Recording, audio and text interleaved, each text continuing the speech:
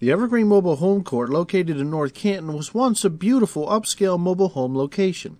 But now the tenants in the park say there is a dark, ominous cloud hanging over their heads. When we moved in, the place was a beautiful place. We really enjoyed it. It was very homey, comforting.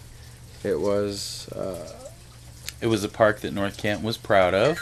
Everything that we needed was right here within walking distance.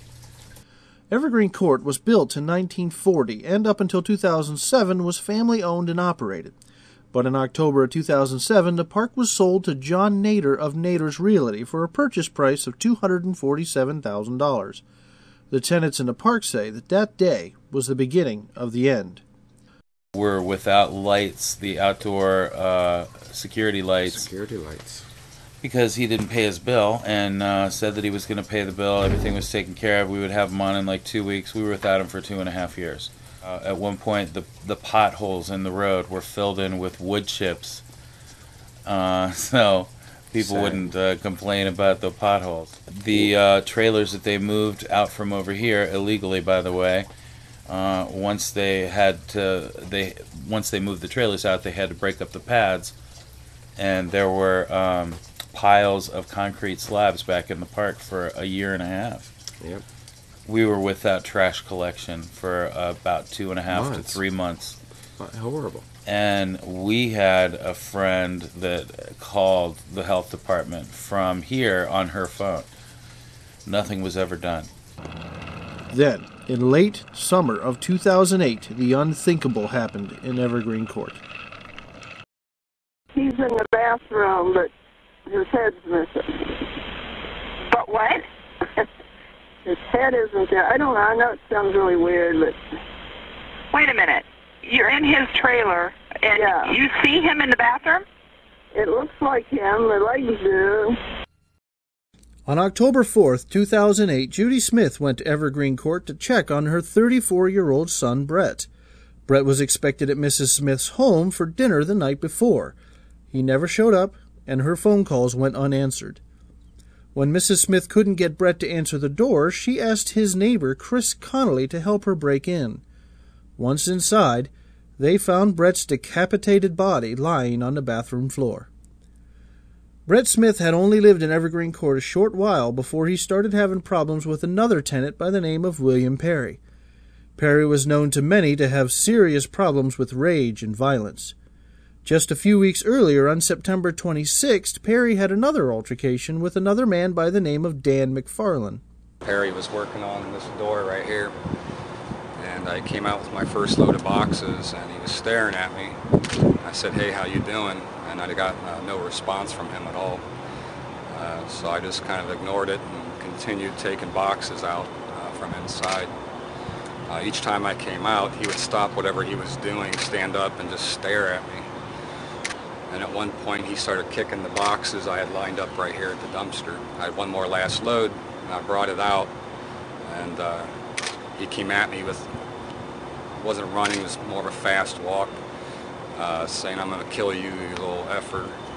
And I made a run for the door here. North Canton police showed up. I stayed inside. They came in and talked to me first. I told them exactly what had happened, and they came out. They started talking to him. The exchange got pretty verbal. I could hear it from inside. Exactly what they were saying, I couldn't tell. The officers turned around and left, and we got a call. I got a call from the dispatcher saying they had to leave for another emergency call. At one point, it got so bad that Brett had a restraining order placed on Perry. Tragically, a restraining order simply wasn't enough. William Perry is now serving life without parole. Then, on February 10th of 2012, the tenants of Evergreen Court got blindsided by a letter they were never expecting. That first letter was a scare letter. The second letter was more to the truth of what we had. Now, making us pay rent to stay any longer I thought was a little terrible, but It's awful. And the back rent too, you know. Letter that they sent us was more of like a dictatorship of, hey, I bought your land, you need to get off of it now, and I'm giving you 8 weeks to remove yourself from it. On January 31st of 2012, the park was sold again to Northridge Place, or NRP, for a purchase price of $173,000. However, the tenants had no idea the park was even for sale. And now it seems, according to a letter they received from Michael Kallenberg, an attorney representing NRP, they are expected to vacate the premises in only 180 days. We just got notice last Friday that the park was sold on January 31st and that we had 2.5 months to gather everything up, our whole lives, and move them out of here. When I came here, I was hoping to stay here the rest of my life, really. As we all I were. wasn't going to stay. This trailer would have probably, this would have been my last year in this trailer. I'd have bought another, I'd either bought one or something. But they're telling me now $2,000, $3,000 to move a trailer. The manager, Janice, claims that she's not leaving. She's been here 29 years and she can't even move her trailer, and she's planning, like, some sort of a shootout or something. This is their home. This is their livelihood. And for me, I'm working on getting Social Security disability. I'm working on getting my VA. But I didn't plan on that because I was working here. We've been checking with different places. It's going to cost a minimum of $5,000. And we don't have that, and our neighbors don't have that. A mobile home park is usually where folks can't afford much and on the low end of income, that are scraping to get by. And this is almost like the last stop or the last thing that they can afford. And for the trailers placed in the first row, moving seems almost impossible. Our out front, the previous owner, John Nader, sold off the front part of the property. From the front of our mobile home until the fence, which O'Reilly owns, is 14 feet 9 inches. And once you add the tongue onto the front of this, it takes up roughly 5 to 6 feet. So then you're down to about 8 to 7 feet, and then you have to get a semi truck in there, in the front of it, to be able to pick it up. That, as of this moment, is virtually impossible without O'Reilly's taking down their fence. And even if they were willing to do that, we would need some sort of a temporary road built. In the fall of 2009, John Nader sold a large piece of the property off of North Main Street to O'Reilly's Auto Parts.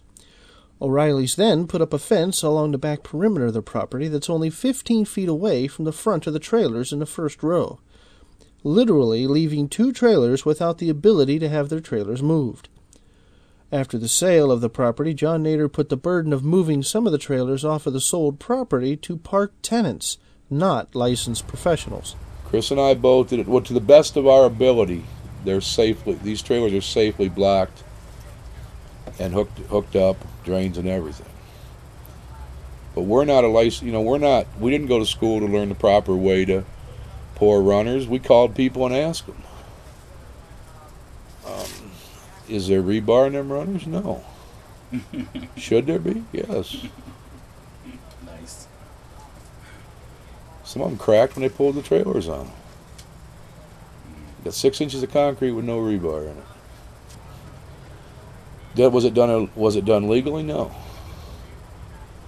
It wasn't all the code, but it was safely done to our best ability.